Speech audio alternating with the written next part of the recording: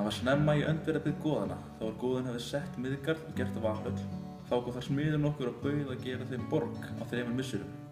Svo góða að trú og örugg væri fyrir bergrisum og þrýmþursum þótt þeir kæmu inn miðgarð. Kíkjum á það. Áfram með þig! Áfram með þig! Já.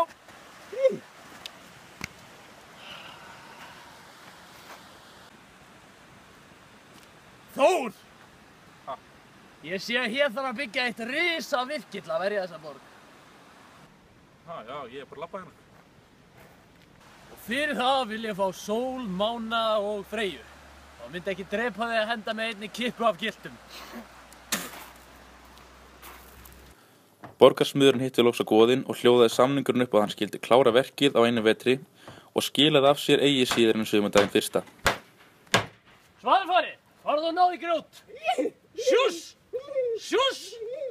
Burt með þig!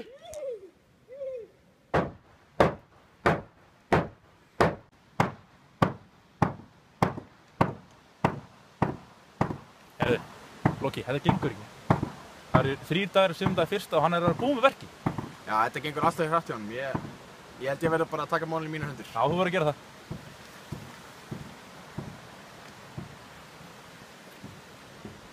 Glæslegur.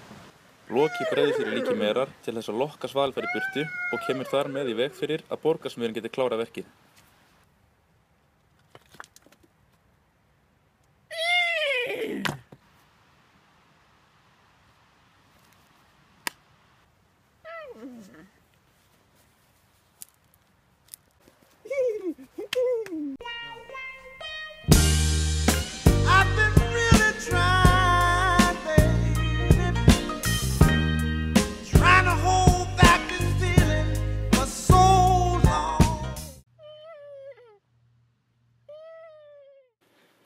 Eftir einna nætur gaman ber Loki áttfætan fola sem var gefið nafni Sleipnir.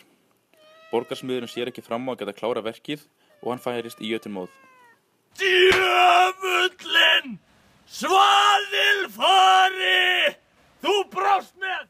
Þegar goðinn sá að þar var komin bergrisi, kölluðu því skjótafta Þór sem með mjölni sló borgarsmiðinn banarhöggi í höfuðið sem molnaði og sendi hann smiðinn þar með til Lifljær. Og þannig var sagan sú. Takk fyrir söguna, pabbi. Hrannar, sýndu hvernig maður á að gera þetta.